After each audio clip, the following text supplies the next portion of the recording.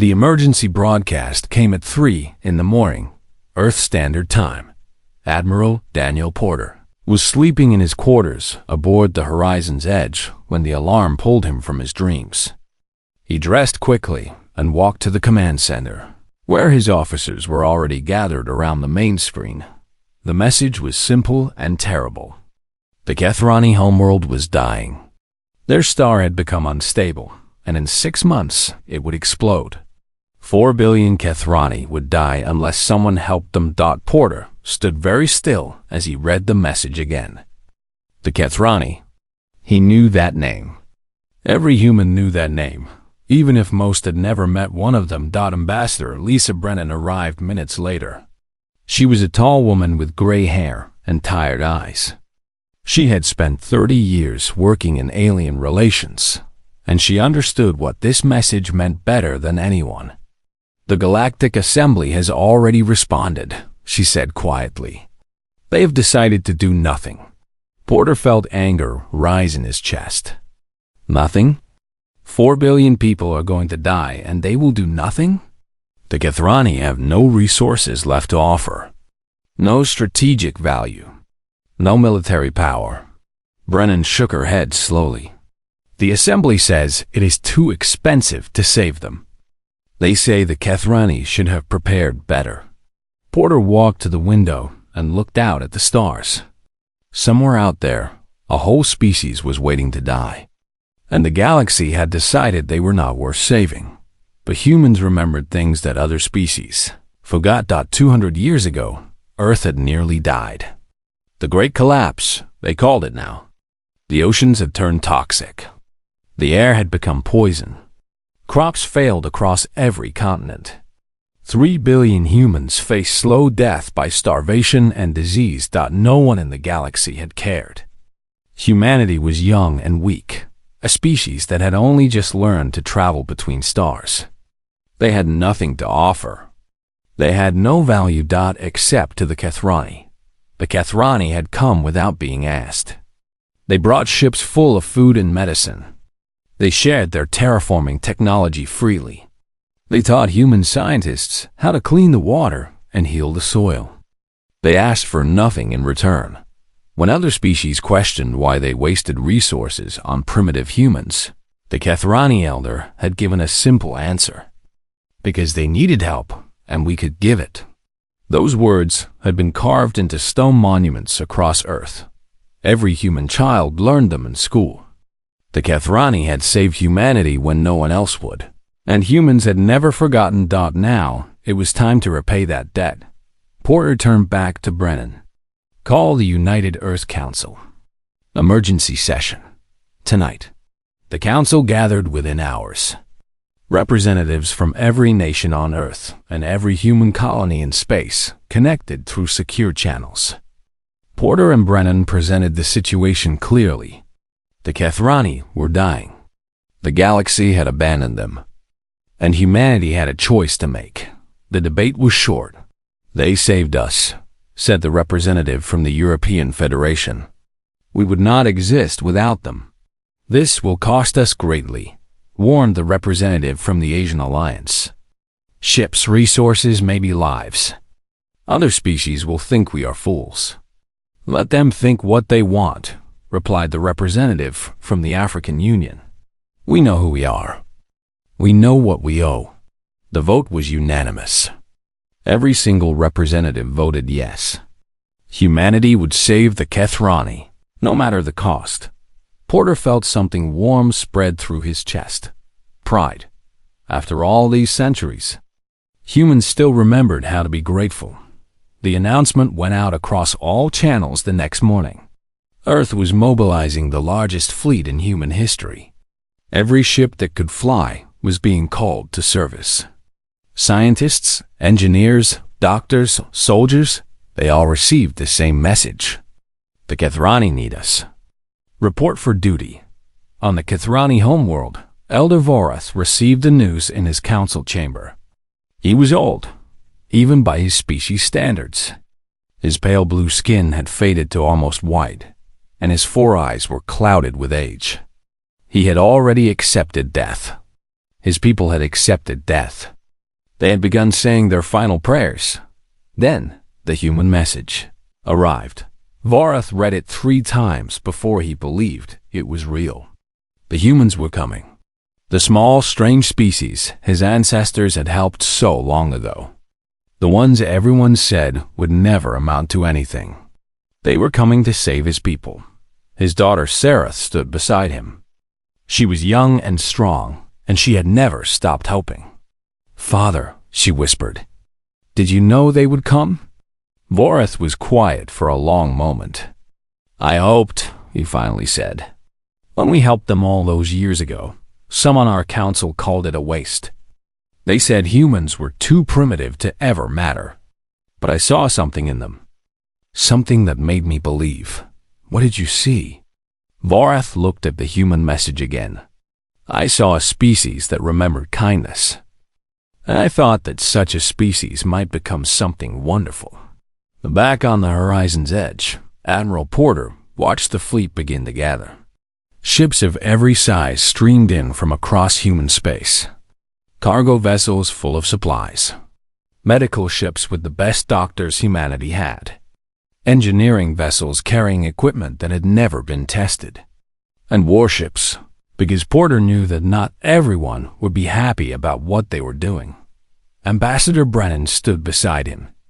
"The Galactic Assembly thinks we are insane," she said. "Maybe we are," Porter replied. "But we are also human. And humans pay their debts." The fleet set course for Kethrani space. 4 billion lives hung in the balance. The whole galaxy was watching to see what humanity would do. And humanity was about to show them something they would never forget. The human fleet arrived at Kethra Prime 3 weeks later. Dr. Kevin Shaw stood at the observation deck of the science vessel Discovery and looked down at the planet below. It was beautiful. Soft purple oceans covered most of the surface. Green and gold forests spread across the continents. Cities of white stone rose like flowers from the land.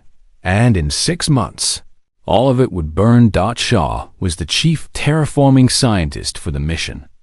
He had spent his entire career learning how to make dead worlds alive. Now he had to figure out how to keep a living world from dying. The numbers were not good. 4.2 billion Kethrani lived on this planet. The Kethrani were a fragile species. They had evolved for this exact world, this exact star, this exact atmosphere. Moving them to another planet would kill most of them within months. Their bodies simply could not adapt to different conditions. Captain Megan Cole commanded the logistics fleet. She was a practical woman who had moved supplies across half the galaxy. She sat in the briefing room and listened to Shaw explain the problem. "So evacuation is not possible," she said. "Not in any meaningful way," Shaw replied. "We might save a few 100,000 if we find a perfect planet and build special habitats. But billions will die. The Kethrani as a civilization will end." The room was silent. Lieutenant Ryan Torres, who led the engineering corps, finally spoke. "Then we need a different solution." Shaw had been thinking about this since the moment he received the mission briefing. There was one idea. One crazy, impossible, never-been-done idea. He almost did not want to say it out loud. "What if we do not move the Kethrani?" he said slowly. "What if we move the planet?" Everyone stared at him. "Move the planet," Cole repeated. "You want to move an entire planet to a new star system." "We have gravity manipulation technology," Shaw said. "We have never used it on this scale before." "No one has. But in theory, it could work. We build massive gravity engines, attach them to the planet, and slowly push it to a new star." Torres leaned forward. "How many engines would we need?" "Hundreds. Maybe thousands. We would have to build them here, on the planet's surface, using local materials and whatever we brought with us." "How long would the journey take?" "At safe speeds? 80 months, maybe 2 years." Cole shook her head. The Galactic Assembly will call us insane. They already do, Shaw replied. But I do not see another way. Do you? No one answered. Because there was no other way. Either they did the impossible, or they watched 4 billion people die. Admiral Porter approved the plan the same day. Construction began immediately. Human engineers landed on Kethra Prime by the thousands. They set up work camps in empty fields. They built factories to produce engine components.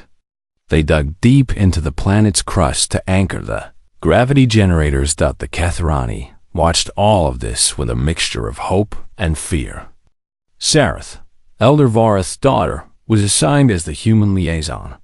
She followed Torres and his teams as they worked, translating, explaining, trying to help her people understand. They do not trust you, she told Torres one evening. They were standing on a hill overlooking the largest construction site. Massive metal structures were rising from the ground like strange trees. I know, Torres said. I would not trust us either. We are asking them to let strangers do something that has never been done before. Something that might kill them all if it goes wrong. Then why do you do it? Torres thought about the question. He was a simple man. He fixed things. He built things. He did not give fancy speeches about destiny and honor. Because your people helped us once, he said. And we do not forget. Sareth was quiet for a moment. My father says the same thing. He says humans are strange because you remember kindness. Is that strange? In this galaxy? Yes. Most species remember only power. Only threats. Only what they can take. She looked at him with her 4 golden eyes. But you remember what was given. The first engine test came 6 weeks into construction. Shaw and his team had built a small prototype to test the gravity field alignment. If it worked, they could scale up. If it failed, they would have to start over. It failed. The gravity field became unstable within seconds. The prototype exploded. The blast killed 47 human engineers who were standing too close. Their bodies were found scattered across the test site like broken dolls. Shaw stood in the ruins and felt something break inside him. 47 people dead because of his idea. His plan. His arrogance. Torres found him there an hour later. The younger man's face was covered in dust and grief. He had lost friends in that explosion. We should stop, Shaw whispered. This is madness. We are going to get everyone killed. Torres grabbed his shoulder. Look at me, Doctor. Shaw looked. Those people knew the risks, Torres said. They came anyway. They came because this mission matters. Because those 4 billion Kethrani matter. Are you going to tell their families that they died for nothing? That we gave up after one failure? Shaw could not speak. We fixed the problem, Torres continued. We learn from this. We try again. That is what humans do. We do not quit just because something is hard. That night, Shaw went back to work. His team analyzed the data from the failed test. They found the error. They adjusted the calculations. And 3 weeks later, they tried again. This time, the engine held. The gravity field remained stable. The planet beneath them hummed with power. The impossible was becoming possible. News of the human plan spread across the galaxy like fire. Every species had an opinion. Every government issued a statement. Most of them were not kind. The Torvian Republic called it reckless foolishness. The Mindari Collective said it was a waste of resources on a dying race. The Zelkith Dominion laughed openly at human arrogance. But the Vraxian Empire saw something different. They saw an opportunity. High Commander Draxus stood in his war room and studied the maps. The Vraxians were a warrior species. They had built their empire through conquest and fear. They respected strength and despised weakness. And right now, humanity looked very weak indeed. Their fleet is committed to this rescue mission, his advisor said. Their borders are exposed. Their military is stretched thin, and the Kethrani system sits at the edge of valuable trade routes, Draxus replied. Routes that would become ours if the humans fail. He made his decision quickly. The Vraxian fleet would move to the border of the Kethrani system. They would make demands. They would pressure. And if the humans refused, they would take what they wanted by force. Ambassador Lisa Brennan received the Vraxian demands 3 days later. They wanted territory. Human colonies on the edge of Vraxian space. Mining rights to 3 asteroid belts. And a formal statement that humanity accepted Vraxian superiority in military matters. Brennan read the demands in her office aboard the Horizon's Edge. Then she did something she rarely did. She laughed. They think we will abandon the Kethrani to protect ourselves, she said to Admiral Porter. They think fear will make us back down. Will it? Porter asked. Brennan looked at him with hard eyes. I have not come this far to be bullied by lizards with delusions of grandeur. We will finish what we started. She requested a session before the Galactic Assembly. It took 2 weeks to arrange. The assembly was a vast hall on a station at the center of the galaxy. Representatives from 100 species gathered there to debate and decide the fate of civilizations. Brennan stood before them alone. A single human woman facing a room full of aliens who thought her species was foolish. You all know why we are here, she began. Humanity has chosen to help the Kethrani. We have chosen to attempt something that has never been done. And now the Vraxian Empire threatens us for it. High Arbiter Zen, the leader of the assembly, leaned forward. He was an ancient being, his body supported by machines, his mind still sharp. The assembly cannot force the Vraxians to withdraw. We do not interfere in disputes between member species. I am not asking you to interfere, Brennan said. I am asking you to remember. She touched a control, and images appeared in the air above her. Images of the Great Collapse, of dying Earth, of Kethrani ships arriving with food and medicine. 200 years ago, my species was dying. No one helped us. No one cared. Except the Kethrani. She let the images speak for themselves. Starving humans. Kethrani doctors treating the sick. Children being saved. Now the Kethrani face extinction, and we are returning their kindness. This is not foolishness. This is honor. This is what civilization should mean. The room was silent. The Vraxians want us to abandon people who saved us so that we can protect ourselves from threats. They want us to choose fear over gratitude. Survival over decency. Brennan's voice grew stronger. We refuse. If that makes us weak in your eyes, then so be it. We would rather be weak and honorable than strong and shameful. High Arbiter Zen was quiet for a long moment. When he spoke, his voice was soft. I have lived for 3,000 years. I have seen empires rise and fall. I have seen species destroy each other over pride and greed. But I have rarely seen what you humans are doing. He paused. The assembly will not act.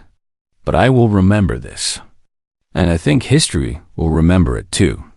Brennan returned to the fleet with no official support but something more valuable. Respect. Several species that had remained silent began sending quiet assistance.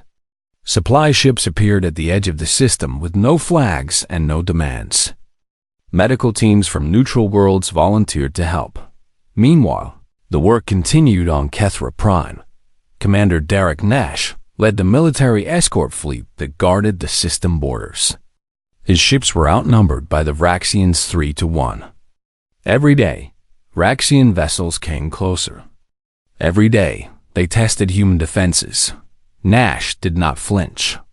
He positioned his ships carefully. He rotated his crews to keep them sharp. And he waited. Dr. Shaw and his teams had a breakthrough. They discovered that Kethrani bioluminescent coral, which grew in the deep oceans, produced a unique energy signature. This signature could stabilize the gravity fields naturally. What human technology struggled to do, Kethrani biology did effortlessly. For the first time, the Kethrani became active partners in saving themselves. Divers harvested coral under careful supervision.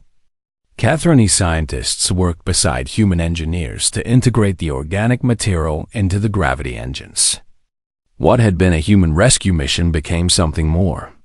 A true partnership between two species. Sareth brought her father to see the work one evening. Elder Vorath walked slowly among the construction sites, watching humans and Kethrani working side by side. "I misjudged them," he said quietly to his daughter. 200 years ago, I thought we were helping a primitive species learn to survive. I thought they would always need guidance. I never imagined they would become this." "What did they become, Father?"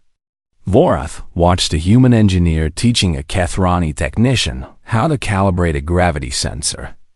They were laughing together over some shared joke. "They became worthy of saving," he said. "Just as they decided we were worthy of saving." The announcement came 30 days later. The gravity engines were complete. The coral integration was successful. The planetary move would begin in 1 week. The galaxy held its breath. The day the planet moved was the strangest day in galactic history. Lieutenant Ryan Torres stood on a hill near the main gravity engine complex. The massive structures hummed with power. The ground beneath his feet vibrated like a living thing. Around him, billions of Kethrani waited in their homes, their cities, their temples. At exactly noon local time, the engines activated. Torres felt the world shift. It was not violent. It was not sudden. It was slow and steady and somehow beautiful. The stars in the sky began to move. Not quickly, but noticeably. The dying sun that had threatened this world started to drift away. Kethra Prime was moving. Pilot Nathan Blake monitored the gravity field from his ship in orbit. He had trained for years to fly the most advanced vessels in the human fleet. Nothing had prepared him for this. He was essentially flying a planet, making tiny adjustments to keep the gravity engines balanced. "Gravity field stable," he reported. "Speed is 0.003% of light. We are on course for the Vela system." The journey would take 18 months at this speed. 18 months of careful navigation through empty space. 18 months of keeping 4 billion lives safe. Captain Megan Cole coordinated the supply chain from her command vessel. Food, water, medicine, fuel, everything had to flow smoothly. She had organized difficult operations before. This was something else entirely. "We need to rotate supply runs every 6 hours," she told her staff. "No delays. No mistakes. If anything runs short down there, people die." Her people nodded and went to work. They understood the stakes. The first month passed without major problems. The engines held. The planet moved. The Kethrani began to adapt to their strange, new reality. But then the troubles began. Dr. Amy Chun Morrison ran the medical course. She started receiving reports of Kethrani children falling ill. They were weak, tired, unable to eat. Their skin lost its blue color. Their 4 eyes grew dull. "It is the light," Sareth explained when Chun Morrison asked for help. "Our star has a specific spectrum. Our bodies need that light to stay healthy. As we move farther away, the light changes." Chun Morrison understood immediately. It was like vitamin deficiency in humans, but worse. The Kethrani literally needed their star's light to survive. She contacted Torres the same day. "We need artificial lighting," she said. "Lamps that produce the exact spectrum of the Kethrani sun. And we need thousands of them." Torres did not hesitate. "I will have my team start building them tonight." Within 2 weeks, human engineers had installed sun lamps in every major Kethrani city. They glowed with warm purple light that matched the dying star they were leaving behind. The sick children began to recover. Their skin regained its color. Their eyes grew bright again.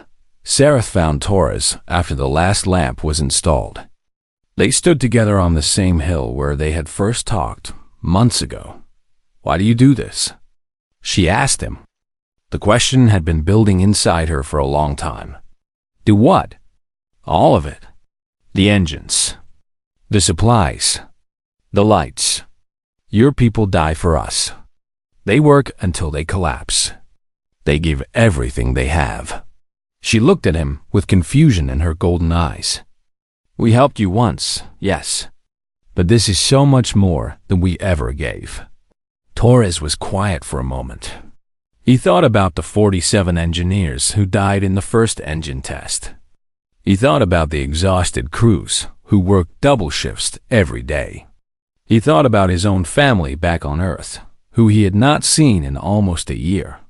Do you know what your people actually gave us? He finally said. It was not just food and medicine. It was not just technology. You gave us hope.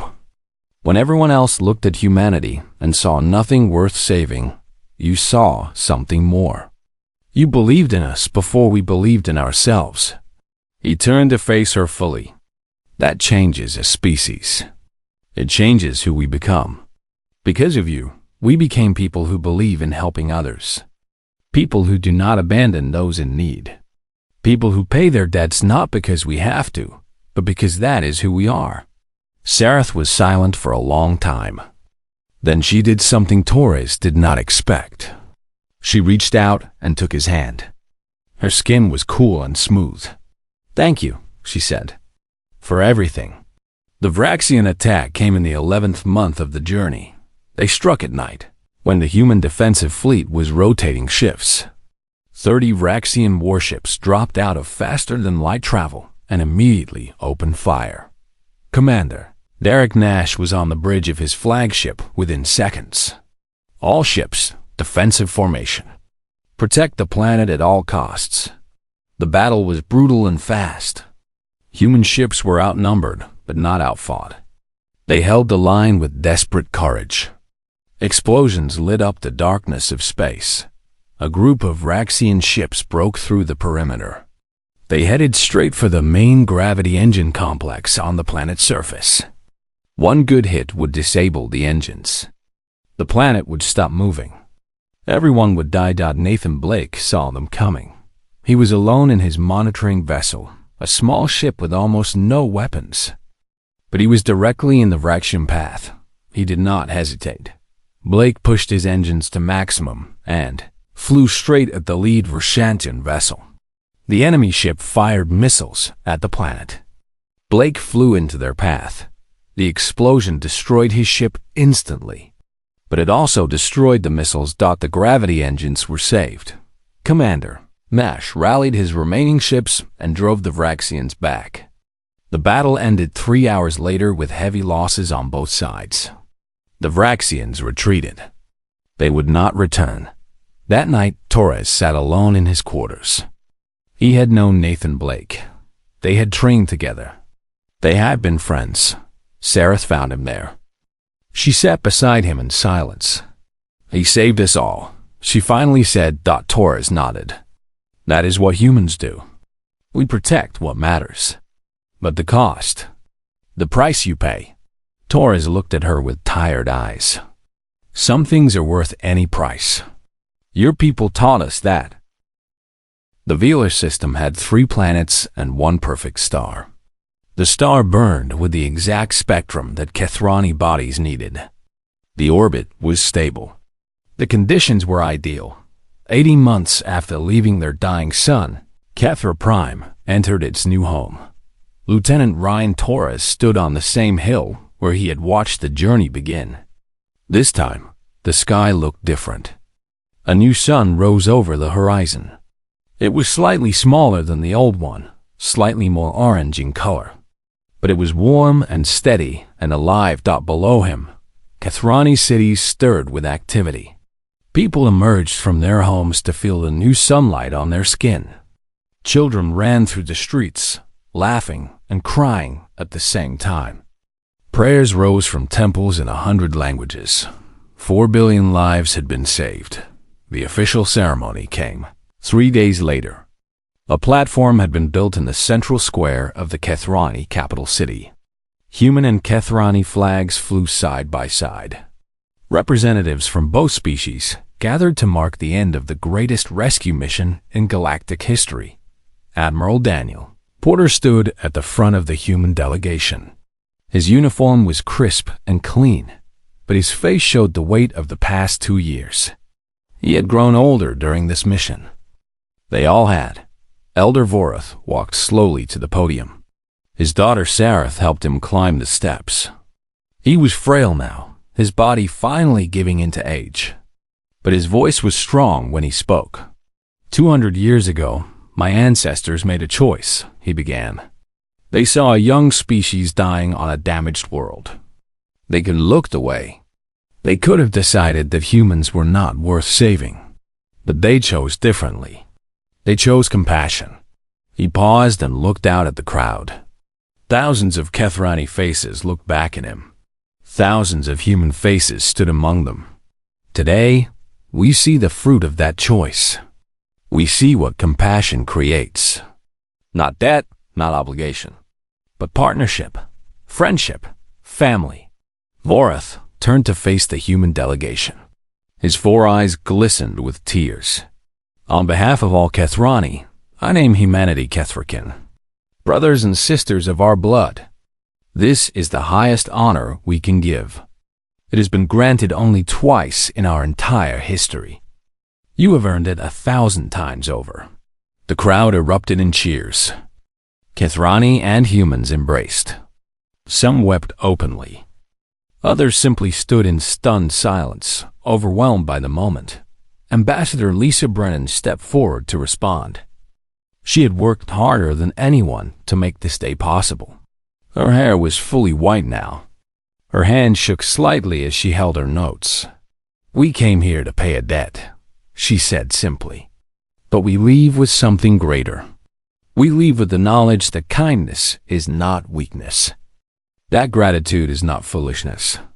That helping others, even at great cost, is what makes a species worthy of the stars.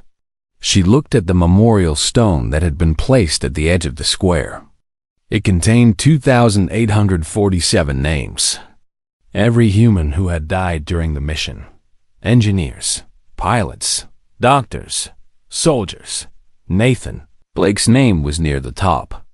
These people gave their lives for strangers, Brennan continued. They did not do it for reward or glory. They did it because they believed in something. They believed that the universe should be a place where species help each other, where a kindness given is a kindness remembered, where no one is abandoned simply because they are weak. She stepped back from the podium. There was nothing more to say. The days that followed were busy with practical work. Kethrani bioengineers and human scientists cooperated to stabilize the planet's ecosystems for its new star. Crops had to be adjusted. Animals had to be relocated. 1,000 small problems needed 1,000 small solutions. Dr. Kevin Shaw led the scientific teams. He had aged 10 years in the past too.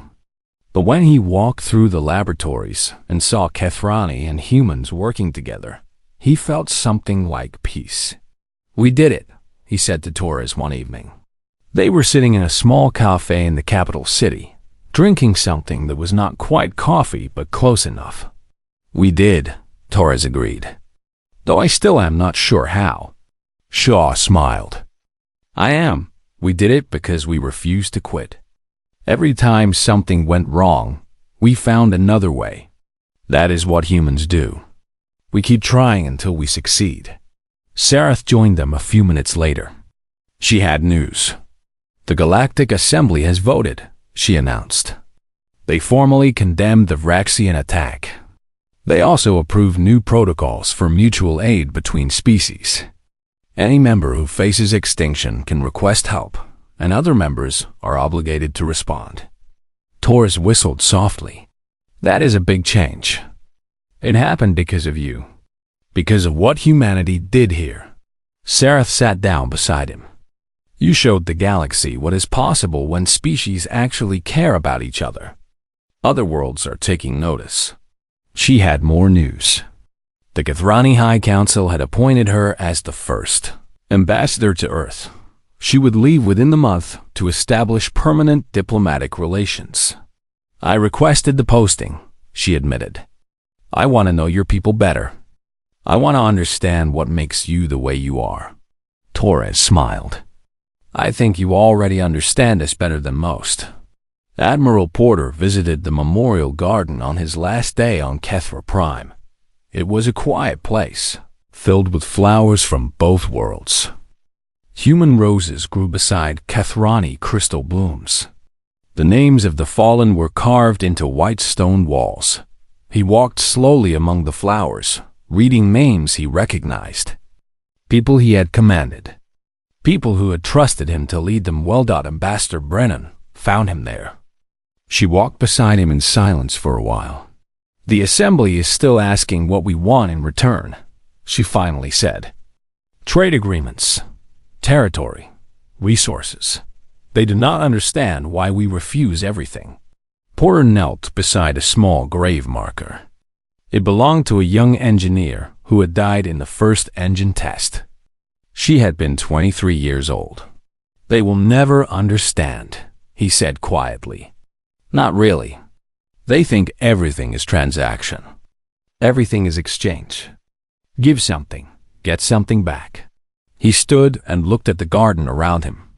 Human and Kathrani flowers growing together. Two species intertwined.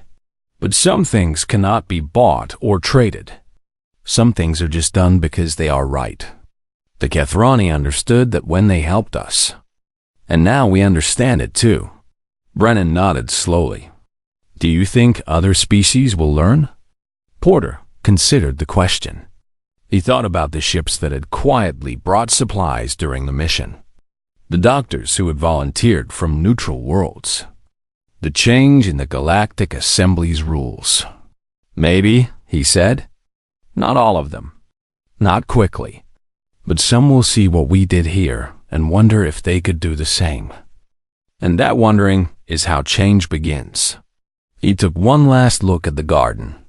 The Kathrani planted a seed in us 200 years ago. Today, we planted seeds across the galaxy. Someday, those seeds will grow. The human fleet departed the next morning. Ships rose from the surface and gathered in orbit. They formed up around the horizon's edge and set course for home. On the planet below, billions of Kathrani watched them go. They knew they would see humans again. The two species were connected now. Kathrakin, family.